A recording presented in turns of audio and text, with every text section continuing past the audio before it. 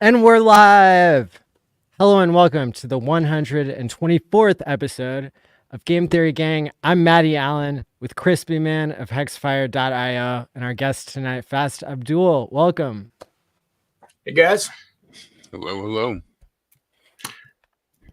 has the world ended yet, or is everything going to be okay? Yeah, it restarted this week, I think. A reboot. Oh, We're that's working good to on hear. it. So I know a lot of whales watch this show, and I wanted to start off with like the most important point that we will know the amount of bail money needed to loan to Karim to get him out of a Caribbean prison uh, on Thursday. And so I'll do an update on the Thursday show, but for now we've got a link in the description below where people can send ETH or USDC. I personally donated $500. I saw somebody donated 5 ETH back when ETH was still much more valuable than it is today. But the point is that it's really warmed my heart that so many people have, made a donation or made a loan. And because he was a big part of this Tuesday night show for about a year and a big part of the Hex community all along the way for many years. So we definitely want him to be okay. So what are you finding out? You're getting like the exact amount of bail or what the lawyer bill is?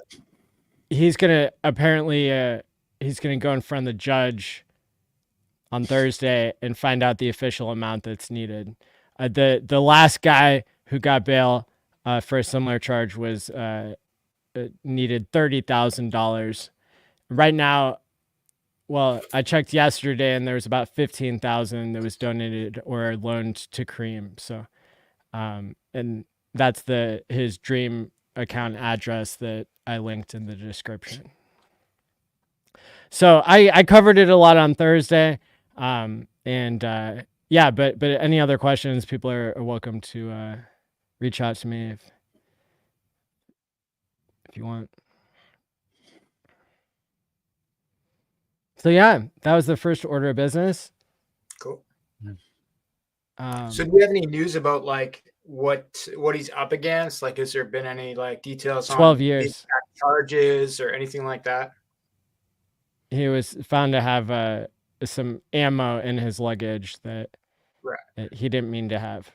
So him not being a U.S. citizen really sets him back because you can't just call the State Department if you were born in the Central African Republic and then you became a resident of Florida under a green card. Then you're kind of out of luck when it comes to America bailing you out. Yeah, that was a bad move. He should have been born somewhere that was not Africa. Would have been much more convenient for him. Yeah. Awkward laughing. Okay. Yeah, I see the levity there. Yeah, I get it. Yeah. I also want to welcome back ChrispyMan. Welcome. Yeah, thanks. I survived. I don't know how long I can hang with you, but I'll try for a little bit. Right on. Woohoo. Well, did you have a good trip? We did. Yeah, got to see a whole bunch of stuff I never saw before. Cool. So we for those who don't know, I did tell people, but I mean, it's not something I went out and broadcast, but we went on a trip to Hawaii, unrelated to crypto, by the way, 100%. It's one of those bucket list things. And yeah. Who knew that you can get your dinner there? Chickens everywhere. So if you haven't been to Hawaii, you wouldn't know this. I didn't know it. I learned all sorts of good stuff. That, by the way, this isn't the most important thing I learned there, but I did learn that chickens are feral in nearly everywhere in Hawaii. Oh wow! So yeah, I made friends with lots of little chickens. Those birds can be mean. You gotta watch out. I guess so. But from the United States point of view, if somebody wants to go there, there's lots to see. There's lots and lots to see. Very beautiful terrain, and of course, Volcano National Park. Met up with some Hexicans there. Won't get into much detail there, but that was good. It was cool to meet people that I've talked to in the past, and it was cool. It was really good. Nice. Well, you know, people who were buying the dip recently, they're not chickens. No, they're not chickens. Not chickens at all, man. I'll tell you, being away from crypto was really good. I was gone for a long time, but man, I there's nothing I had. You know, I couldn't do anything even if I wanted to. So I was just sitting there watching. Sometimes it's the best you can do. Yeah. Doing nothing is often the best move. Like, if in doubt, do nothing, and that's definitely a good play. And that was my play this week mostly. I just kept farming, didn't change anything else. Yeah, what else is there to do? Keep farming, man. Yep. Grow those rewards. Yep. Well, Ethereum dumped what 20% in one day, and so that was pretty brutal. Maybe it was a little bit more than that, and since then it's bounced back maybe 10%. Yeah. Well, you know, listen, I don't know that I'm right in my viewpoint on it, but my experience has been this is all part of the game. Part of the, you know, dips are part of the game, going down 20, 30, 50%. I don't like to see that, but I mean, of course, that's how it goes. It's how, if you're following 4-year cycles, you know, sure, the timing's not the same as the CVID dip that took place. It's offset by a few months, but yeah, I mean, we survived that. Then this doesn't feel as bad as that could have possibly been. So I would expect to see the trend continue to go upwards and to the right, and as we end the year, you know, be looking at new horizons where prices and everything else will go. So, at least that's my hope, right? Yeah, no, I think so. I think the market's smart, and it's just preemptively pricing in things, which is what we saw, right? Like, you know, probably the Fed's going to do something with the interest rate, and which would have resulted in a dip, and people saw that coming, and you know, just made a move beforehand, and now we're going to, you know, we're probably going to see some spikes in the future. I saw some pretty bullish tweets from some smart guys about, you know, the Fed kind of loading up for the next phase, and it's, you know, it's risk on. Like, this is not the end of the bull market. And certainly from a Pulse chain point of view, like, we did not dip 20%. Pulse didn't go down 20% when ETH went down, and Pulse 20%. So I'm pretty bullish on that. You know, it wasn't the best days ever, you know, to the US dollar, but yeah, the Pulse to ETH price, you know, not terrible in my opinion. Yeah. So was there something with, like, is it true that Japan really had 0 interest rates for 30 years? And they had this, like, special trade that people could do called, like, the yen carry, where they, like, borrowed in yen and didn't have to pay anything. And then they raised their interest rate from 0 to 0.25%. And that's what caused the 20% sell-off in Ethereum. I saw something like that, but it seems so ridiculous that it was real, you know, that, like, that doesn't sound real. Who knows? Yeah. People are playing all kinds of games. My oversimplified version of this being in crypto is this is watch, rinse, repeat cycle, right? You gotta, you know, I mean, people don't, transfer value doesn't happen unless people lose. People have to gamble to lose. Prices have to drop if they're going long. They go up if they're going short. It's part of the game. So at least one of the scenarios to gameplay, right, is the idea that, yeah, this all comes about because, you know, somebody sensed in the market there were too many people that were long and went the other way with it. Good timing. They accumulate those units, and now they're in a much better position to go up, right? Yeah. I know it's more complicated than that, guys. Anybody watching? But, you know, when you take that really, you know, 50,000 foot level, 100,000 foot level, you really back out of this and look, this is what happens with these cycles, right? Will they change? Are they changing? Don't know. Maybe they're all changing, but I mean, that's what happens, right?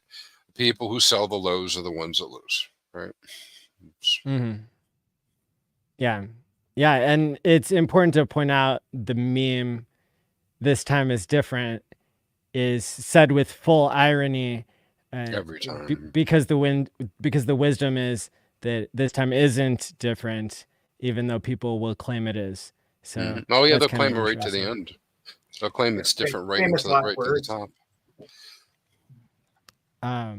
Yeah, and I saw a tweet from Richard that reminded me of something the other day, that like, you know, crypto doesn't have to be considered only a zero sum game, because it's competing against these legacy currencies and legacy finance systems that are so inefficient and corrupt that there's actually great a positive sum game to be had by replacing them.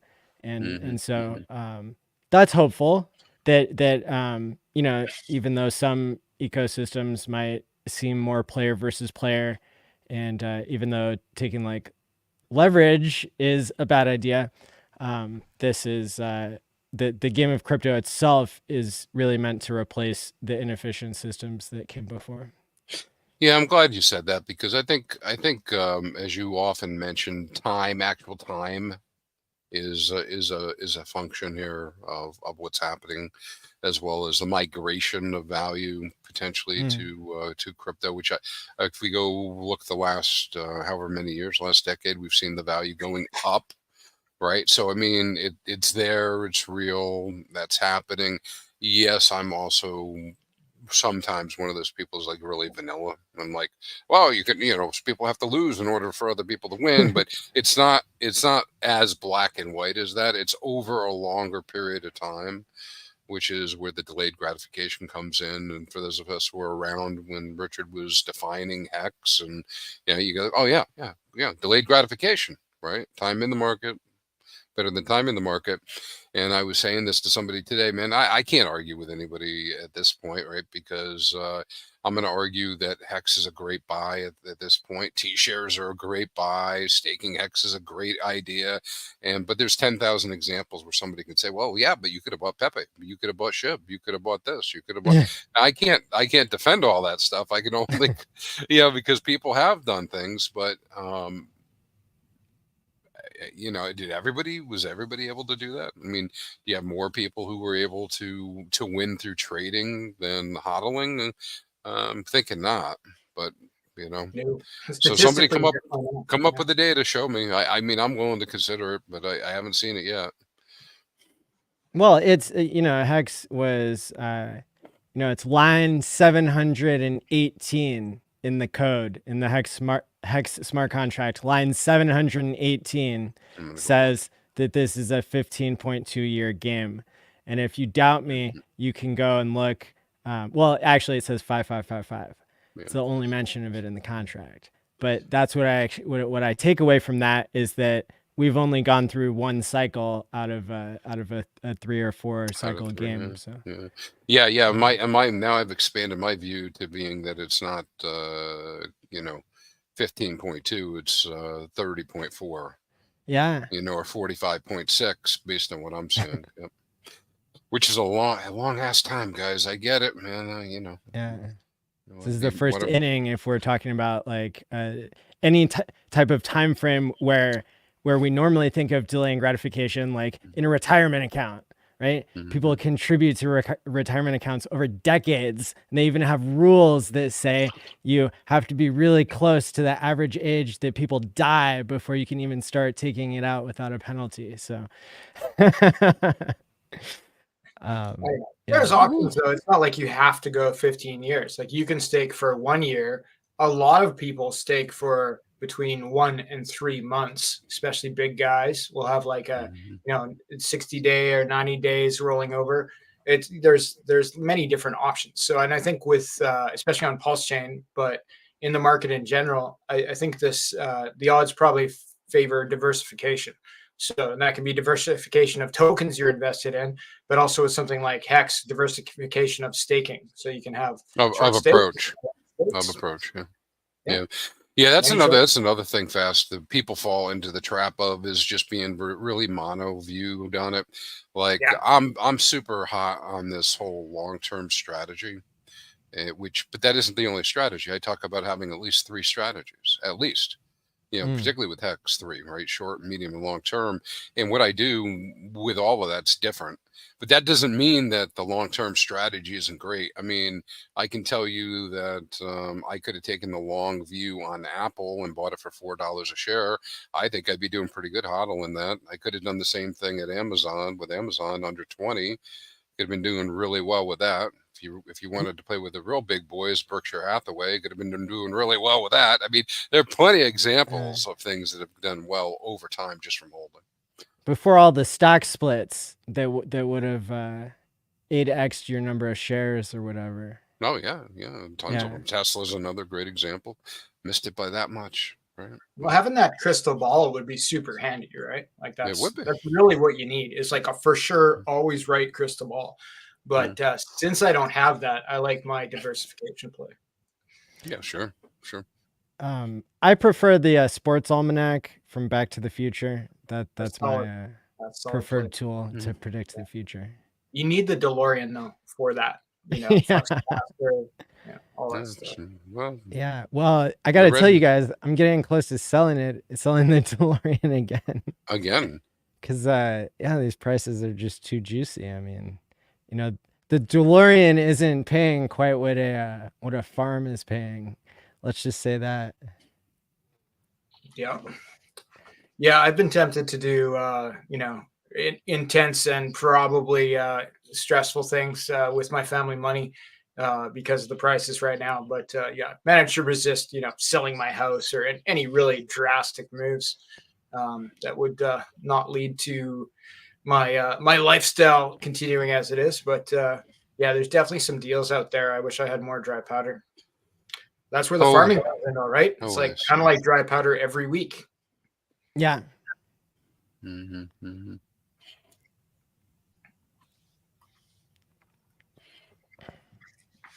But to look at the concept, right, of like, okay, when you're farming, you're keeping your principal, like your main bag, and then the yield that you get, you can use that for your diversification plays, right? So it's like, okay, today I made $150 in yield. I could use that to buy a meme coin, but I didn't sell my main bag that I have in farms, right?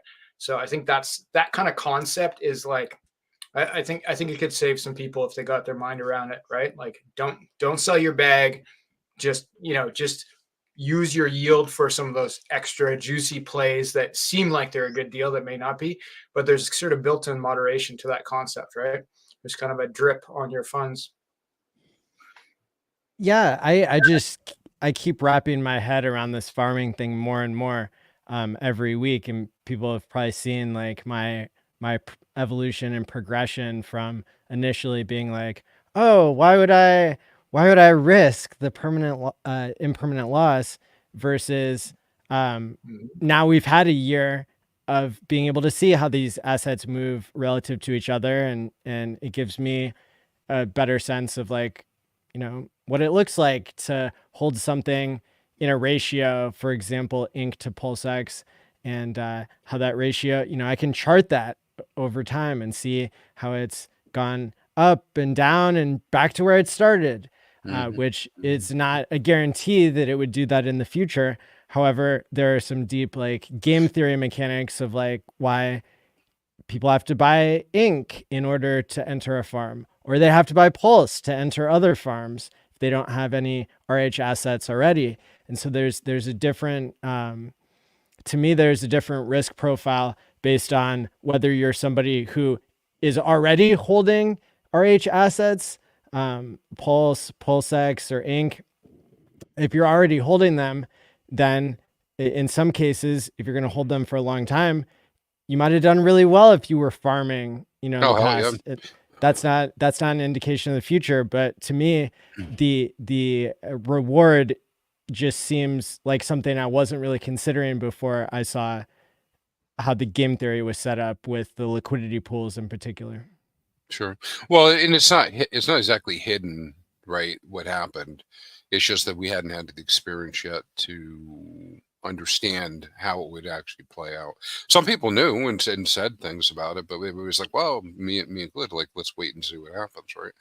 But I feel like a genius with my my farming positions because I've round tripped it a couple times now, right?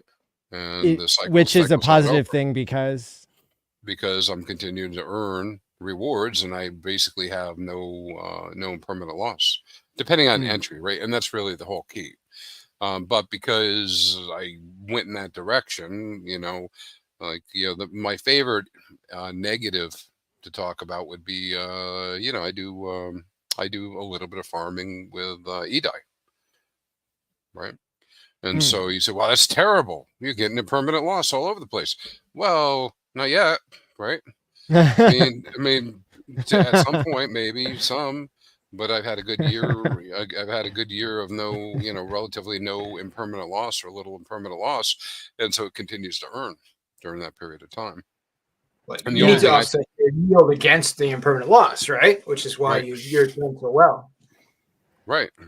And then it's the only thing better than that, in my book, in my opinion, is hex staking, right? And with the ladder, and just to tag what you were saying fast, I do think that I've been saying recently, so what percentage is it that does attract people back or more into staking hex? Is 7% APY for almost no commitment not enough?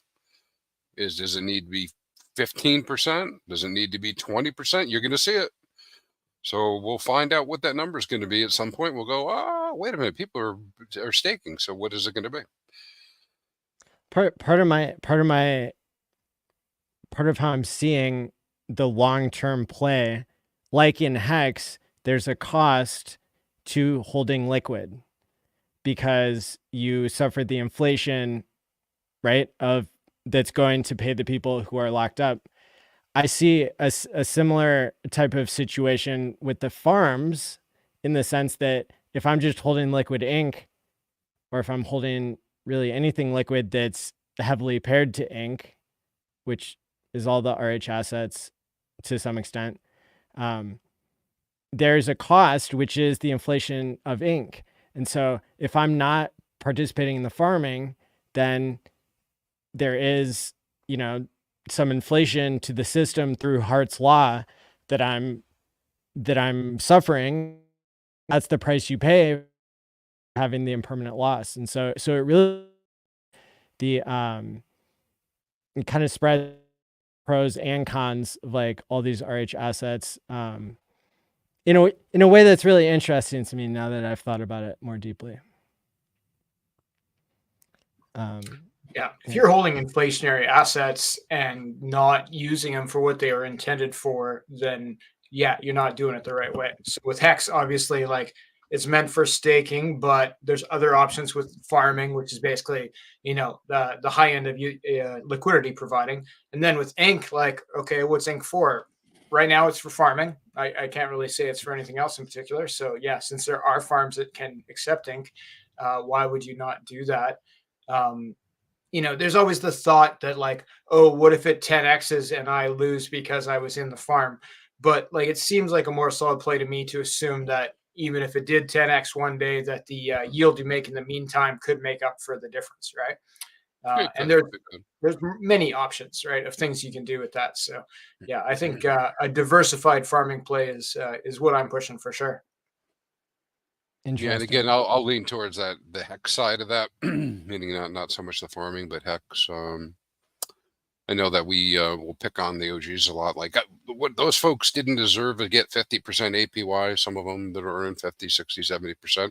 Well, they've gone in for a long time, and they went in early at a low price, and it takes a very long time for 15 years to play out. It takes about 15 years for it to play out. And so, I'm thinking that those could be the underdogs that'll come back later, and people will be able to say, well, sure, I was able to earn for a year, my 40% APY, and then I had to deal with the impermanent loss and all the rest. But if I put it into Hex, maybe in a cycle and a half or 2 cycles from now, I'd be like, well, I could have been getting 40% all along and not worried about it all, and not have to worry about making moves. And I'm not taking away from the idea of farming, because obviously I've been on this. I think I've been on this channel for over a year, right? I'm talking about it all the time, right? Yes. I mean, it's a consequence of diversification of coming in and doing something with the assets. If I didn't choose to go all in hex, which I've commented, I might have done that. It might have been a better idea to do that. But anyway, I digress. I like the hex staking. I'm like a Quattro Cinco only now. Fast. I'm like, Really? I already have my ladder set up. So the only stakes I'm doing are Quattro Cinco now. That's really cool. Can I ask you a tough question about that? Yeah, sure. How do you compare the Deci discount to what you can get by being a 15-year staker right now? Like, for example, let's say the Deci discount was like 90%. It's not 90%, but if it was 90%, I think that would pay better. But I don't know because I haven't done the math myself. So I'm just curious, like if you've well, there's definitely a point there where that could be the case, right? where the trade-off is Deci could give you a lot more value potentially, depending on the discount, than even doing a Quattro Cinco. And you would have access to it sooner. But I mean, it's all in the math of what happens with that. I think when I get into perpetuals, I start reviewing those. There's a lot of other what ifs. I've kind of like boiled it down to this: is if I'm not willing to hold Deci until the time it flips, then I probably shouldn't go into Deci. That's my opinion. Me. Mm-hmm. Why? Because I'm not sure that I'll have liquidity to do what I want to do in the meantime. But like 5 years from now, 3 years from now, don't know. But if I'm willing to wait for the full payout and I trust the contract, then I can wait. Mm-hmm. So you think that those risks are also like built into the price the price that you would be looking for to get I guess to consider that an option compared to the native staking. Yeah, my analysis is old now that I had done 2 months ago. I think I shared with you guys that it was like a 40% up to go with Maxi or Deci at the time. In other words, I was going to get 40% more in terms of hex at the end than if I just staked it myself with the same dollar value going in. And now it's adjusted and changed, and it depends on market. And of course, if people go wacko for it, then that disappears pretty quick. But we haven't seen that in the overall hex anyway. So, yeah, I did the math a couple weeks ago, and it takes 7,806 Deci, 7,806 Deci to get one T-share. It was the pooled stake was made when the T-share rate was 25,043 hex per T-share. And at the point I had measured it on July 11th, there was 56% more hex accrued than you would get, then would be a 1-to-1 ratio. And so when I looked earlier today, the ratio was less than 1-to-1. So you got more. So if you take your hex and turn it into Deci, P Deci, you're getting more Deci than you had hex. And then on top of that, you're getting a 56% amount of hex that's been accrued already. And then by the end of the stake, you can calculate that too.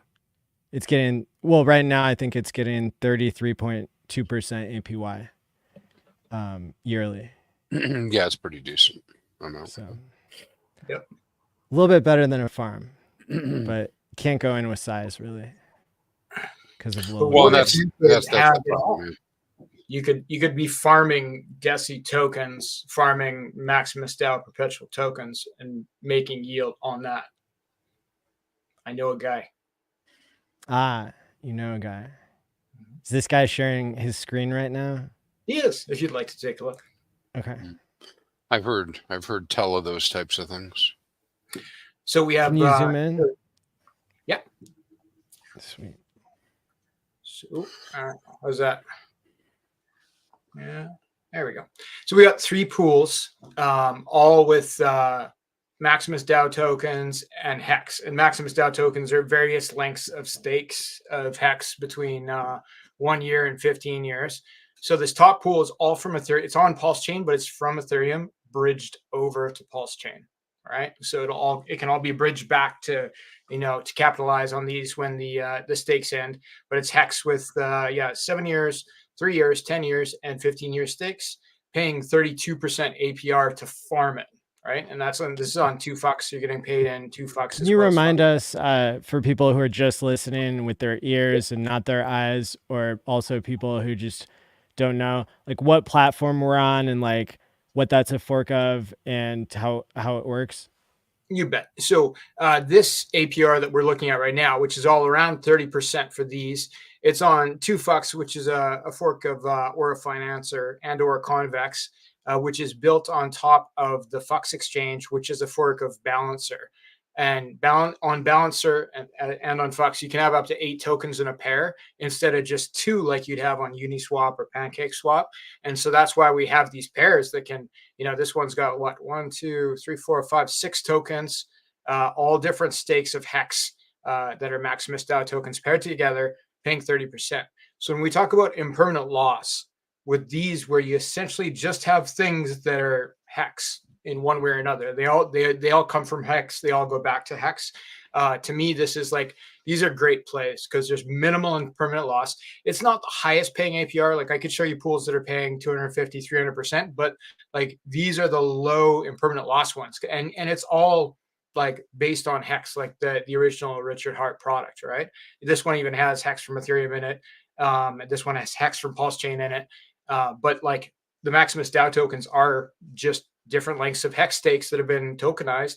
And when you pair them together and you can make 30% APR to not stake something that represents stake tokens, to me, it's a huge win and minimal risk. Of course, there's contract risk because you're interacting with multiple protocols and, different token contracts to do this. But, I'd say it's on the blue chip level for the Pulse Chain. Interesting. Yep.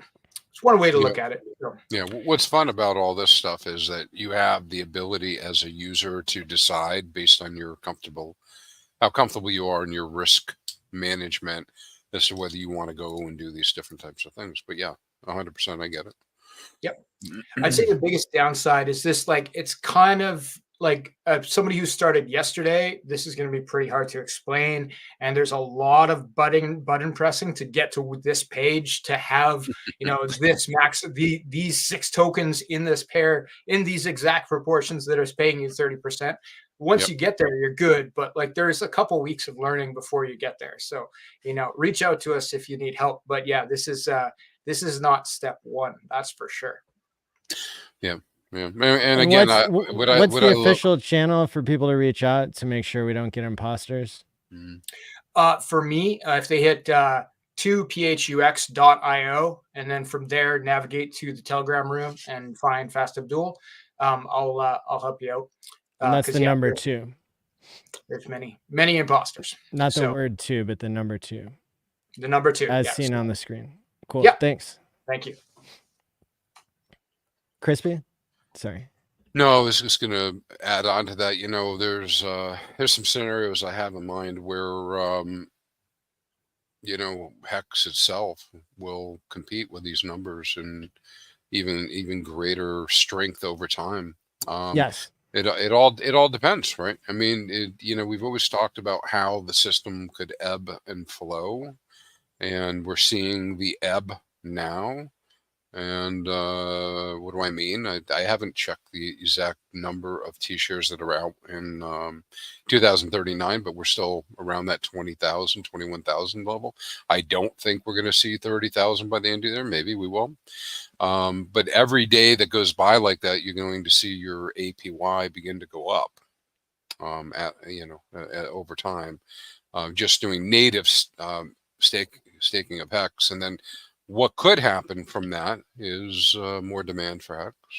And if you have more demand for Hex, then it fuels these other activities, right? Because in order to have the Hex, you have to swap for the Hex, which means there's have to be pools, which means there's greater fees, and it kind of like balances itself out as time goes by.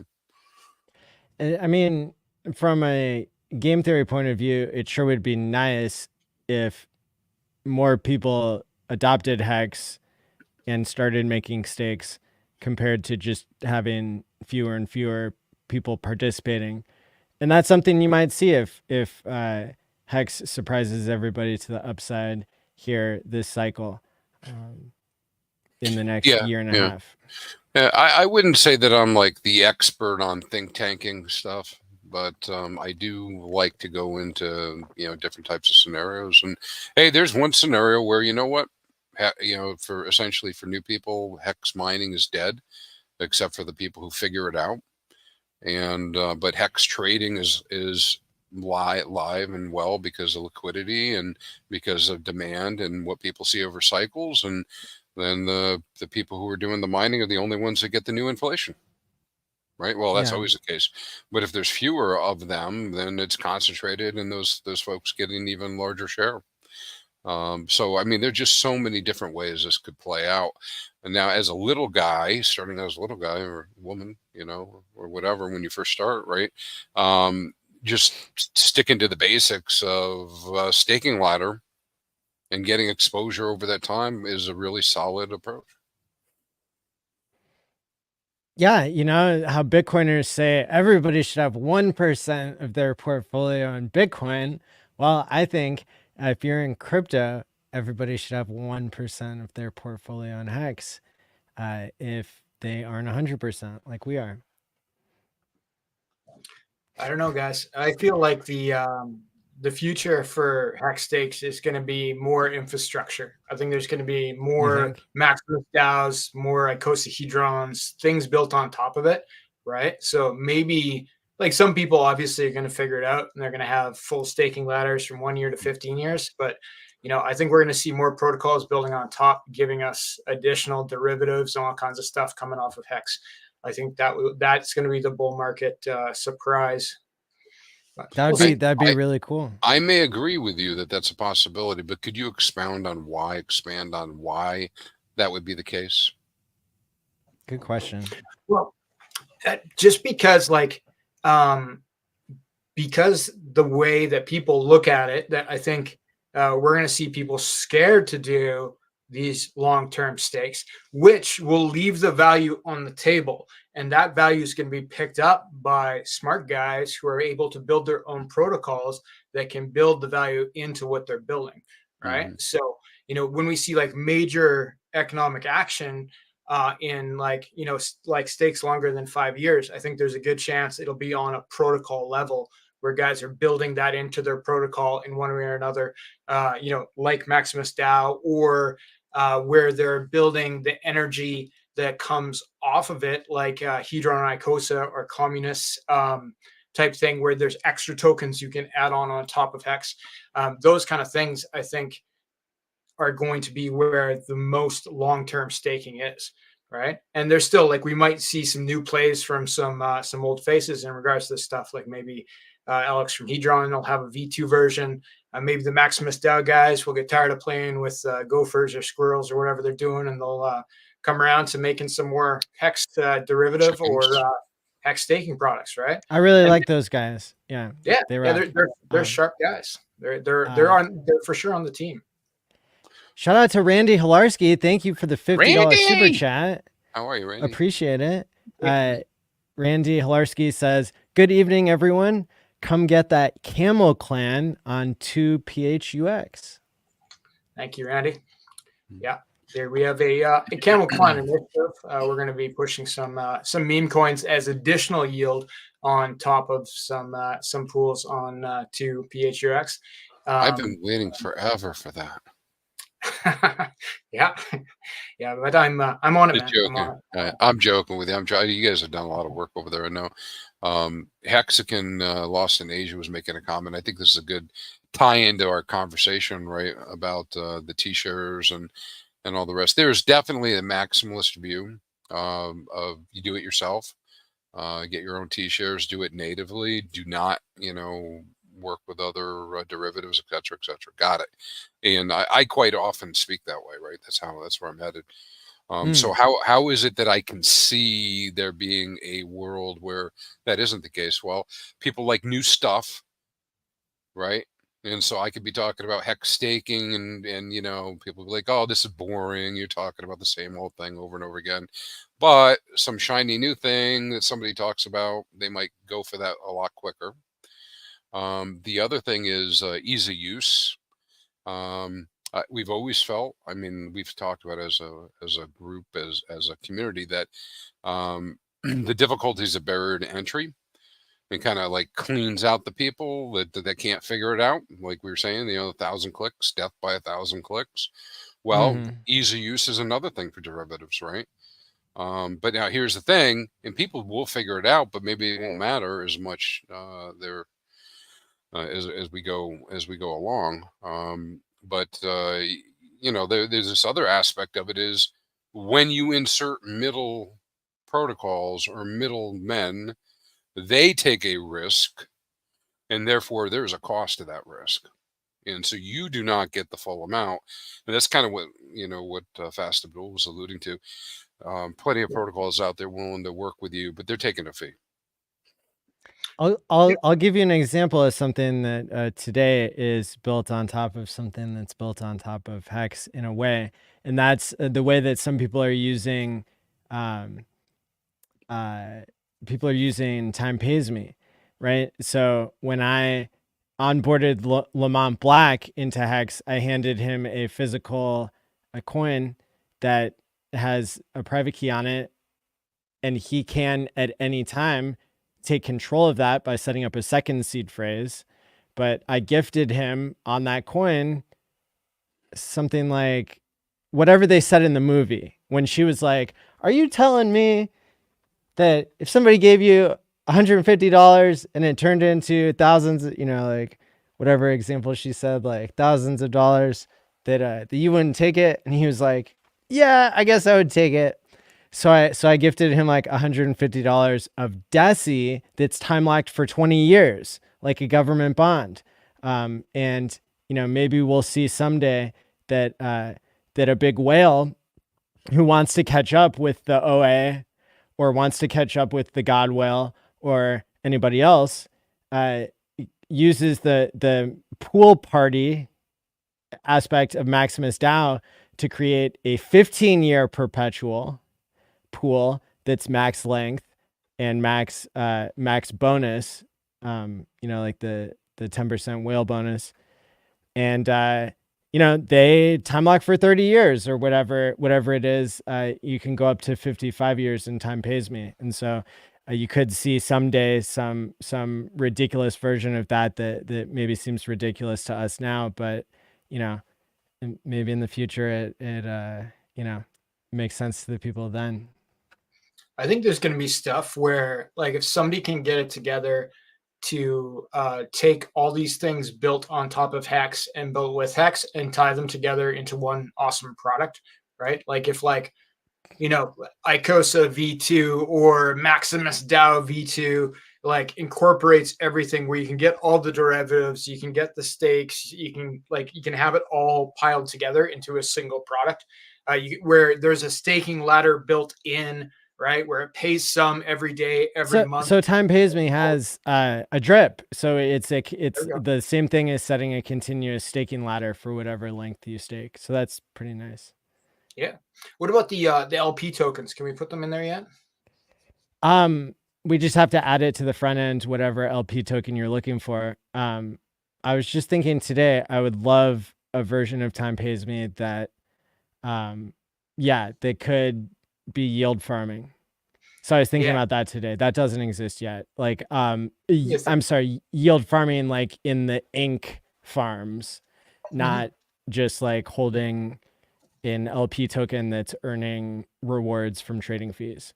So the version that we have now that's launched and audited and amazing and has over $1 million TVL is, that's able to handle an LP token if you know how to use Pulse Scan, or you get us to add it to the front end. Okay, well that could be interesting. I think there's probably a way that you could make it work with the ink farms with a similar setup. I'll have to look a little closer, but yeah, that'd be pretty cool, because you could give somebody an ink farm that, you know, they wouldn't be able to harvest for a year or 2 years, And yeah, think of the how that would be, right? But like if you can add all these things together, the farms and everything into something where it was locked but it auto compounded, you know what I mean, right? So it'd be like you give somebody an LP token that's an ink farm that has hex, or something that's equivalent to hex paired against hex, and it's harvesting the reward tokens and then recompounding them back in, and it's locked for X period of time, and it has the extra layers of security that you're building into time pays me. So it's like, more hack proof, right? More idiot proof for newbies. Like, I think there could be a magic token where hex is the base, right? And I want to farm that token, whatever it is. So hurry up, let's get it. That's right. Farm it, baby. Yeah, it's the game. Yeah, there's well, the best time to do these types of things is best time to do it is when prices are like really, really low, and you can get lots and lots of units, and then you can experience significant volatility to the upside. Yeah, kind of feels like that's the time when everybody's really afraid to do something. But somebody had asked in the chat about a UBI approach or something like that, where you're able to actually do build an income and be able to push that out. Well, I think that's where we currently are on Pulse Chain, right? Where things are low enough value wise that you can accumulate the units necessary to produce like outsized gains, in a passive income kind of situation. Now, again, I don't know what's going to happen in the future, right? But I'm guessing in the future, Pulse Chain doesn't come back down below where it's been and follow some sort of path like other cryptos, where Pulse Chain will be higher than it was the previous cycle, and et cetera, PulseX and all the rest. All of those things would represent something that might grow over time to become that $1 million portfolio for somebody. Yep. I have but in not, the chat. but not if you don't have the units. You got to have the units so fast. Exactly. Yep. I see Susie Q is asking for my secrets, and you're hitting on them right there, Crispy, in that like the secret is to get the units of the blue chip tokens and farm them when they're so low that you almost can't lose. Not financial or medical advice. And then, ride that all the way to the top, right? Taking yield the entire time, and then do smart things with your yield, right? Which is another discussion. But like that's the play. Like right now, you can get the units of these things for so cheap. You can pair them with each other in the farming protocols that are available, and then you can take outsized yield that will only grow, because when the price of the tokens you're receiving as yield grows, the APR, like the percentage interest basically that you're receiving, will grow proportionally. So if the price of ink doubles, well, then the APR in the ink farms double, right? You know what else does that? Yeah. Hex does that. Perfect. Yeah. Yeah. Your APR and even staking. Yeah. Good point. I told him, listen, I'm not against any of this stuff, that, because I'm involved in it. But I told Maddie I'm gonna continue to talk about hex mining and staking. That's right. Yeah. But I'm right there with you. For full disclosure, I am in the 2 P-Hawks and the P-Hawks, and and I am doing the farming, and I am taking advantage of that because I have those tokens. So I have got something to present from Ben Sierra that he tweeted that is back on the hex topic, but I want to quickly cover a point about UBI. So on the All Dash In podcast, which is the #1 finance podcast in the world, they recently talked about a UBI experiment that had basically an epic fail. And it found that, when they took however many couple thousands of people and they measured every aspect of their life, they gave them a good amount of money to boost their income. I forget the specific numbers, but it's like they doubled their income. And for some people, they only increased it by 5%. And the people where they doubled the income, it was basically an epic fail where they just didn't work as much.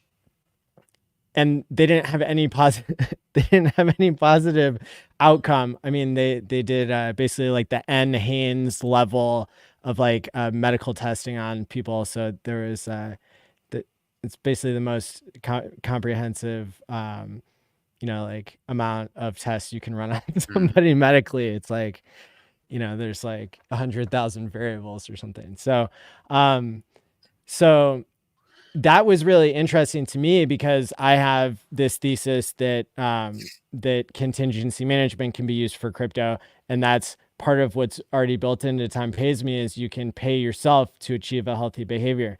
And so yeah, it's really interesting to me that that basically if you just give people money without attaching anything to it, then it seems like an epic fail. However, we have an example with billions of people called work, where people get paid to do something productive. And that, despite slavery and oppression, like on a massive scale for everybody in the world, because of this inflationary, shitcoin that we call the dollar that permeates every country's liquidity pool. Basically, that's like a really powerful thing that humanity has put together is like this monetary system that's not backed by the money printer. It's backed by the goods and services of the people who are motivated by their shitcoin contract. And so, so the UBI comment, like, reminds me of this vision that maybe someday we can have a crypto system that is more efficient than the system we have now that pays people to do things. And maybe we could find a way to do that that's less corrupt and evil. Yeah, it's not black and white. I mean, I think, just from knowing you, Maddie, I know you care about people, right? So I know that you care about people, and I would think that Fast does as well from my talking with them, and I care. Yes, I would love that there was a utopian world that we could create. We haven't seen one, right? Why? Because it's hard. Why is it hard? Because there's billions of people. Why can't billions of people all do the same things together? Because they all have different backgrounds and different stories, different beliefs, and all that. It's hard. And in this case, perfect is definitely the enemy of good. In that you try to create a perfect world. Well, it's hard to get to a perfect world. Maybe you get there someday. I don't know. But that doesn't mean people shouldn't try to do good things, right? Yeah. So maybe you have like a concentrated thing you can do that's kind of like a UBI that helps your family. And that's great because you can get all those cats going in the same direction. Yeah, totally. I think that progress will be incremental as always. And the point isn't to say that we could have a perfect world by any means, but I think that the monetary system like goes back and forth between like being the best tool that we have for cooperation amongst humanity and to motivate people to do things that are productive versus it also has a lot of flaws as well. And so if we can leverage the transparency of the crypto system and the finality of like the transactions with like these other elements that work. I'll give you an example. So Future Us and I were developing like the next version of Time Pays Me, and we realized that we had like run into a problem that is underlying what money is, which is that if you pay other people to do things, then that can be used for evil. And so when you're using crypto smart contracts, that could be like scaled evil, like really bad, immutable, large scale evil. I like it. Like, and you see this, like, hundreds of millions of people died from socialism in like the past 200 years. And like, still there's like ongoing threats of it. And so what we fell back on was this idea that it's a lot harder to scale evil if people are paying themselves. And so what we had originally invented seems to be much more ethical and useful, and maybe we'll find a way to incentivize people to use that in in a similar form to what it is. However, my intuition telling me that being able to pay yourself and then being able to pay other people, that it would be similar to what is already happening in the world with billions of people working. But then I didn't take into account like the game theory of, oh yeah, but the world is like, a certain percentage of evil now, and that's what we're trying to eliminate. We're not trying to just take the business of what already exists. We're trying to improve it. I think the transparency would certainly improve it, if nothing else, right? Like if, and I know CBDCs are not a popular subject with most of the crypto bros, but I think probably, in my opinion, that's where we're heading long term. And I think the transparency of having things on chain would be a general benefit to the world. And for governments to have to prove like this transaction started here and it went here. I think there's there's something to that, even though, really the CBDCs are partly the end of the current DeFi system that we're participating in. I think there could be a new future there as well, where everything's on chain, and where if you're early, it's probably a good thing. Yeah. I mean, like CBDCs already exist in my view of the world, like being digital and centralized, and they can turn you off at any time. But yeah, like transparency and accountability for the government, which they get to do all the spying and they work for us. It's like we could spy on them too if it was on chain, right? Like if you're correct, like, yeah, government account and it sent money here, whose account is that, right? Like, and for them, like individuals like who are receiving like small amounts of money, like that, that wouldn't be scrutinized as much. But it was like, $100 million in Bitcoin moved from here to here. Like, that was the US paying off somebody for whatever? They'll have to answer for that, right? Whereas right now, I think US dollars are changing hands and nobody knows where they're going. Yeah, like well, we have the example of Germany selling their Bitcoin being like tracked and commented on by millions of people on Twitter, and then you have the US government taking funds that were stolen and then thinking it's theirs and starting to dump some of that, I suppose, in the past. But I saw something today that Hexologist tweeted that was like $200 million was accidentally sent to Al Qaeda because they didn't like background check the people they were sending money to. Sounds questionable. That was breaking news today, apparently. Okay. Well, I'll have to read the small print on that one, but yeah, it doesn't sound impossible. And when you think of like all the the pleb mistakes that people make in DeFi, and then you think some poor guy, his job one day is like, oh, you're now in charge of the USA cryptocurrency accounts. Like here's your list of seed phrases. Like, what are the chances that human error could come into play there? You should get on the government with your times pays me contract. I think they could really use that. Yeah, I mean, so interestingly, it is compatible with a Gnosis safe. So you could have a multi-sig and a way to back up if something even goes wrong with that, which is really cool.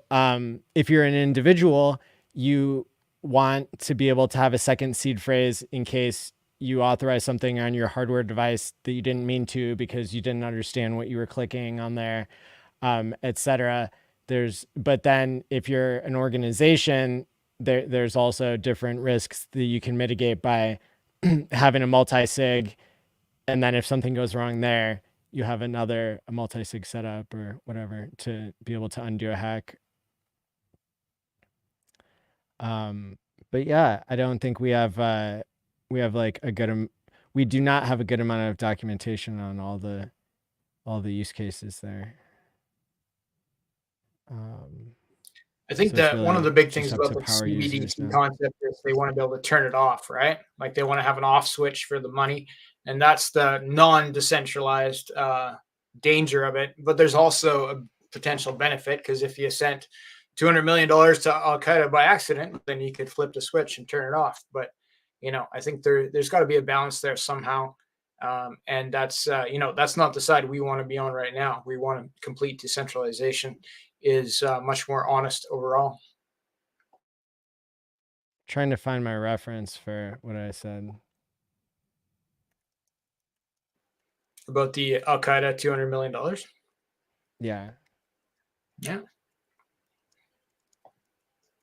I'm gonna see if oh no, fun mode. That's not what I wanted. I'm gonna see if Grok can help me. It's the Twitter AI. Okay, don't give me an answer on fun mode.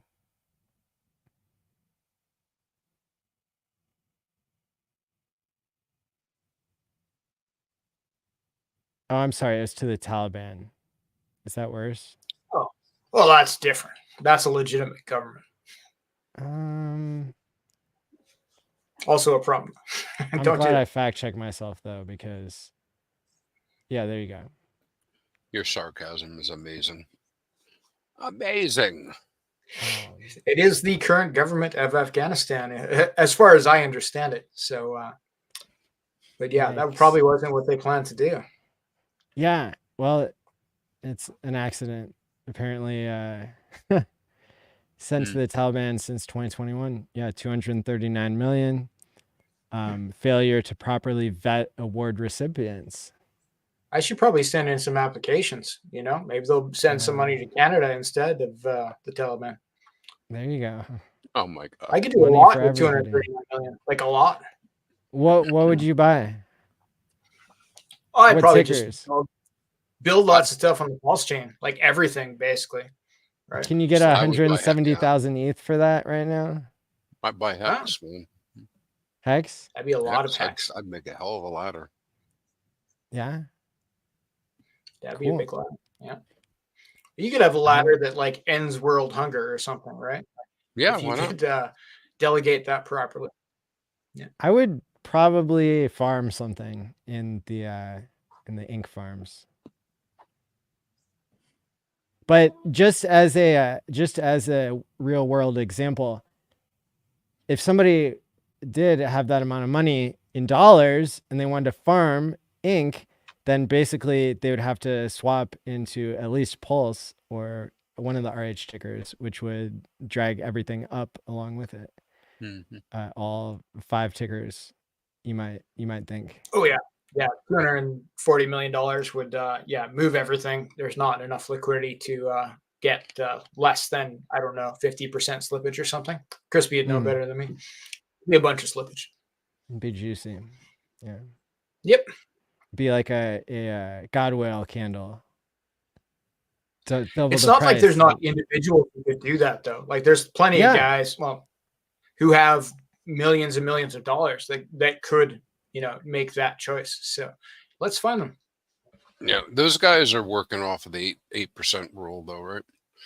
At the moment, so as long as they can get the regular, as long as they can get in the regular market, 8% a year in dividends are good. Right. I mean, people get orange pilled all the time. We can hex pill people.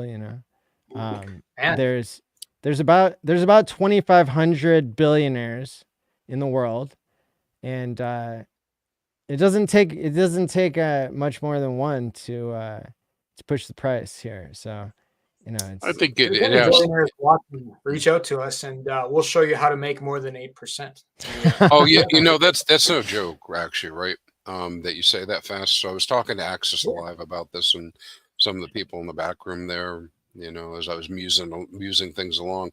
Okay, I don't have billions, right? I don't have decamillions, right? So I'm not one of those people, but I can kind of envision this is all pretty scary stuff, There probably is a one-pager that we could write up, in a brief to go on board that next whale-like person and explain it all in a way that's helpful and provide them the backup and the service for it.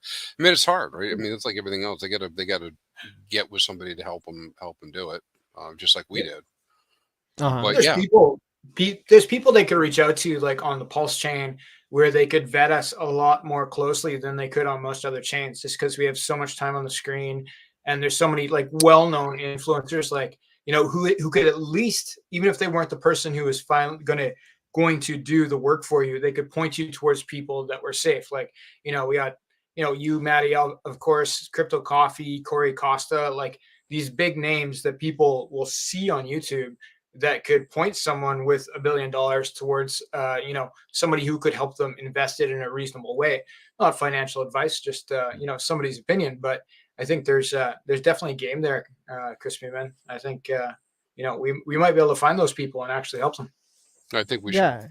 I think That's an outstanding idea. And, you know, we do have delegates such as Funding Jim and myself that will, you know, fly to you in your $100 million compound and help onboard you that way. So and even if you're not in a $100 million compound, watch the show and we'll still help you. Order the 20 bucks. I'll give you some ideas. I've got the $20 coin, the pulse chain, the physical pulse chain coin. That's a 1 ounce copper coin with a private key on it that comes along with an instruction booklet on how to use the bridge, how to buy a Trezor, how to do crypto the right way. And that is currently being minted as we speak. They're pressing the coins, pouring them and printing the packaging, and that'll be it's pretty cool. I'm not sure if I'll be able to get it listed on Amazon immediately. I believe I have a seller account on there already. But if not that, then I will accept crypto and sell it online to start. So that'll be coming well, they said 3 weeks about a week ago. So I don't want to say cool 2 weeks because that means like, forever. That's a completely different audience. I have some ideas too. I think like with Pulse Chain, you could do something like for marketing purposes on Amazon. You could have like they could get a coin that represented multiple cryptocurrencies, right? Like you could have every RH ticker on there, or even more. You could even have like 50 different cryptocurrencies on the Pulse Chain. You know, on this coin you can buy on Amazon for $12 or whatever the price is. And of course the price could be variable based on, you know, the time when the crypto was invested in, and it could even end up being a buy. There could be an Amazon arbitrage option, right? You can't in the United States, you can't sell preloaded coins without a money transmitter license. Otherwise you are breaking a federal law every time you make a sale. And those laws are pretty intense. However, I have spent some FaceTime with Bobby Lee, who got licenses in at least half the US states. He's been working on it for 6 years. He has started selling preloaded physical Bitcoin, and I'm on a like long-term play to try to get him to support Ethereum and Pulse Chain someday, maybe that way. And so exactly what you're saying, Fast Abdul, is possible with the right partnerships and licenses and whatnot.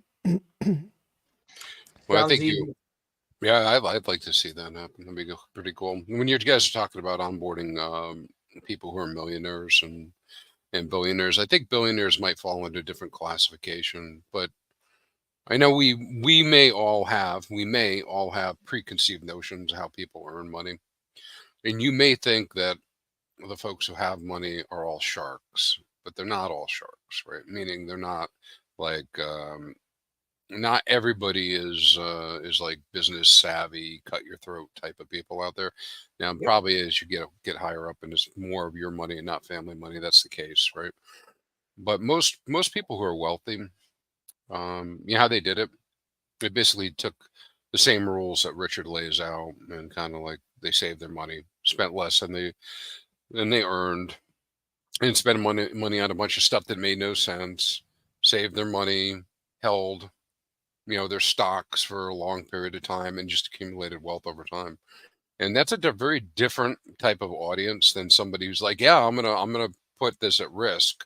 Let me take $5 million or $10 million, put it at risk, and see maybe if it works out. That's a different type of person. That's not what they're looking for. And when I think about this stuff, and I'm thinking about Hex, of course, Pulse and Pulse and all the rest.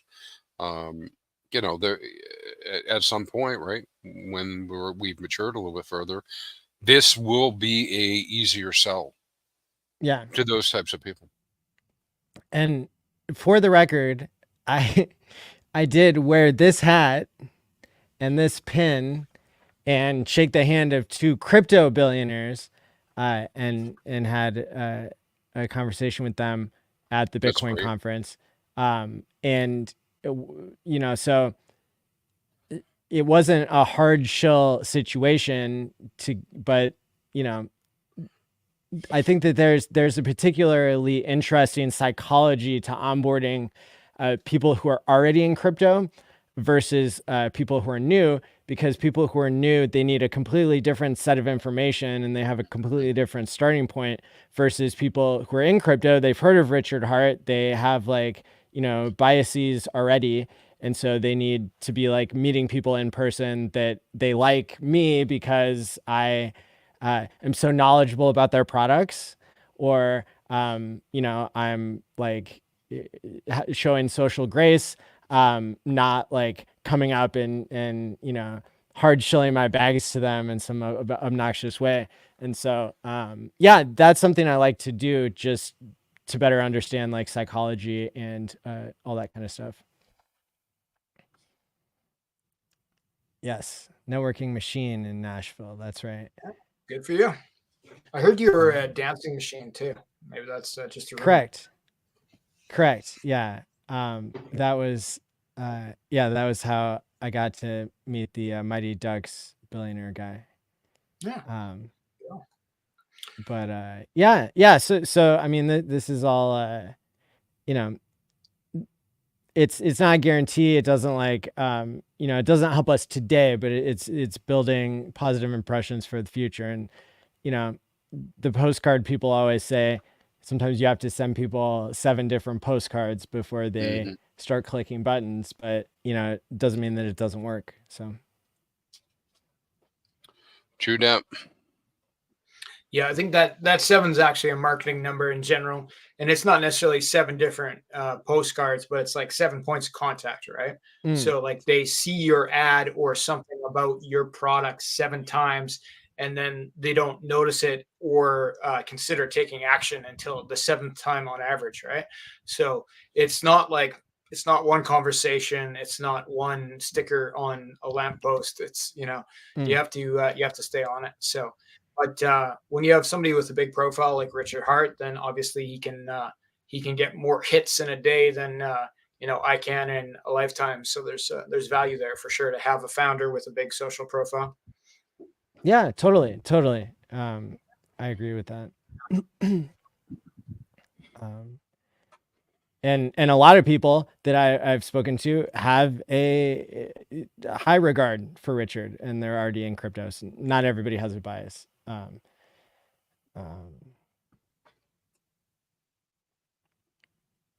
of course, Big Kurkowski had the large cutout of Richard, the life-size cutout, there at the Bitcoin conference with a booth, which was a miracle in and of itself, because the Bitcoin community is not known for giving booths to people, but because there was a documentary that was related to Bitcoin called The Highest of Stakes, they allowed it. Yeah. And so a fashion coder was the one, Rachel Laub was the one basically running that booth, and having many people come up to take a picture with Richard, a picture with the cutout.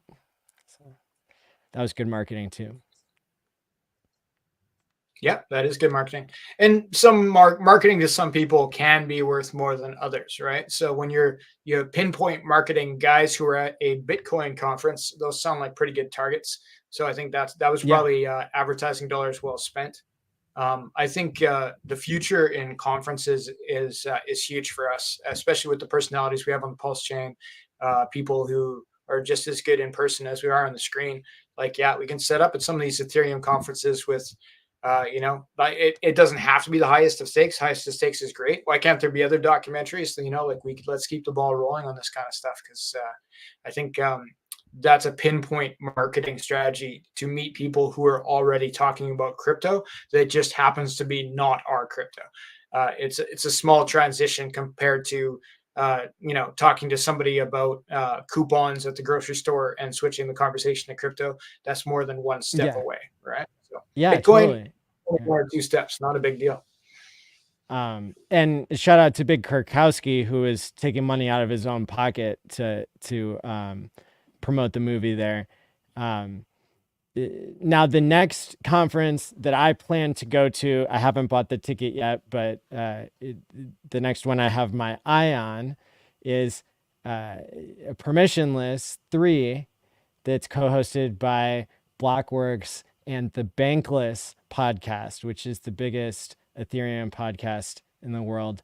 And they are extreme hex haters there, the guys who run the conference. But the audience is going to be many people who just love Ethereum so much that, oh, you're into crypto too? We're going to be best friends type of thing. When you get around these people who have paid, $600 to go to an in-person event, they are the most enthusiastic crypto people you'll ever find. And so, that'll further my understanding of like the conference scene and the demographic of people who are already in crypto that we're trying to attract to Pulse. And when is that one? That is October. It's the there's like a hackathon thing that they're doing a couple days before. But yeah, you can find out more. I think it's the 8th, the 7th. Yeah. Somebody will have to look it up. But yeah, and that's in Salt Lake City. So different part of the country than Nashville, and the last one was in Austin for the Ethereum conference there. Right on. Crypto for the Mormons, eh? Why not? Yeah. All religions can be included.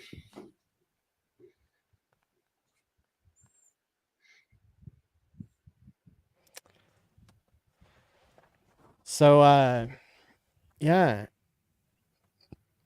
So earlier in the show, ChrispyMan was saying that this dip was earlier than the COVID dip happened. Later, actually. It's later? Mm-hmm. Yeah, because COVID was March, right? Okay. Yeah. All right, that makes sense. Well, then, MetaMask, they better get going with the airdrop that they never promised me, because are they doing it now? No, they're not. But like the Uniswap airdrop also happened before the big run up, and so we need a dip, and then we need a bunch of free money to rain down specifically on our our incentive users. Camel claim. Yeah, well, I'm on it. Yeah, we're gonna have some free meme coins, possibly with Camel themes, for people who are participating in liquidity farming.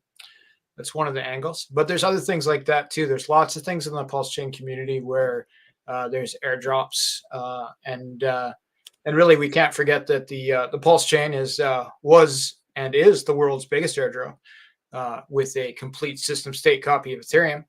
And that's still going on. A lot of people still have not cashed in their airdrop, but it's still there. There's no timeline. If you had something on Ethereum at the time when the chain was forked, then you have a copy of that thing on the Pulse chain right now.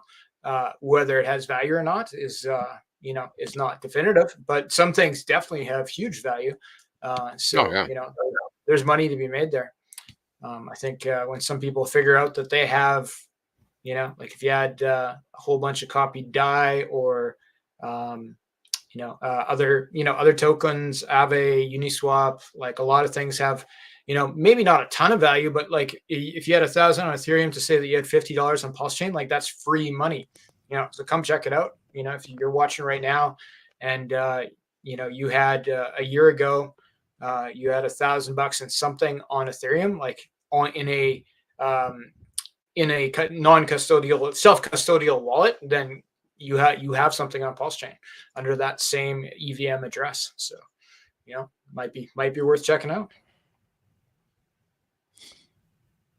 There's free money in crypto. There are also scams. I remember many scams. I remember back when Ethereum was so cheap. I don't even remember what the price was, but it must have been right around when Hex was launched. I saw a fake YouTube stream with Vitalik in it, and he said that Ethereum 2.0 was launching, and I almost sent the scammers like whatever the amount of ETH you need to have a validator was at the time. I think they were like discussing.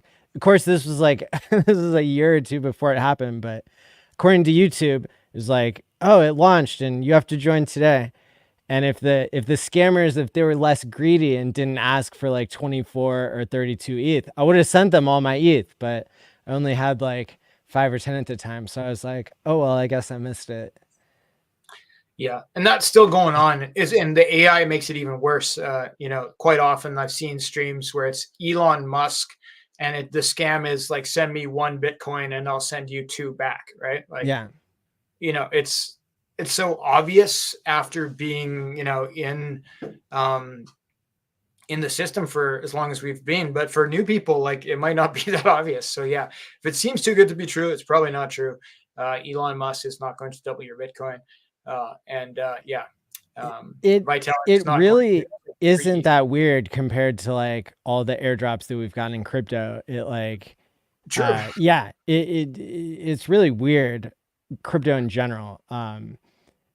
What's real and what's fake is a fine line. And so I noticed at the Bitcoin conference there were fake live streams that had thumbnails and like the same speakers. And I mean, it's getting, as we predicted, more and more advanced. And so when somebody says like, wasn't there a MetaMask airdrop? No, there wasn't a MetaMask airdrop because I have created hundreds of wallets and done swaps on them. So I would probably know about it if there was one. And so that whatever you're referring to might be a scam. Otherwise, I really didn't do my own research. But in general, just assume like, don't interact with anything that other people who are more technically skilled than you haven't already vetted first. There's very, very, very few times in crypto when I think to myself, I should have acted quicker. Agreed. Yeah. So move slow. Yeah, very rarely is it a matter of 15 minutes where you have to move tens of thousands of dollars. If you're moving lots of money, then like, it's probably okay. It takes a couple hours. It's probably okay. You pause and think about it.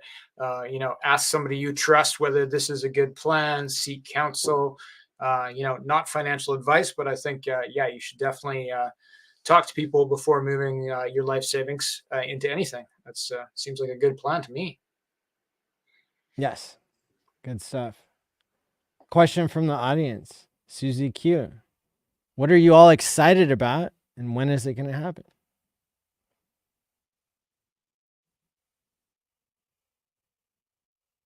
I already gave my example of the physical coins that we'll be selling. We're going to have 1,000 first edition coins, physical Pulse Chain coin that comes with a physical booklet, a little thing that folds out that gives you all the instructions on how to onboard people. That's probably the thing that I'm the most excited about when it comes to something that's happening in the next month. Cool.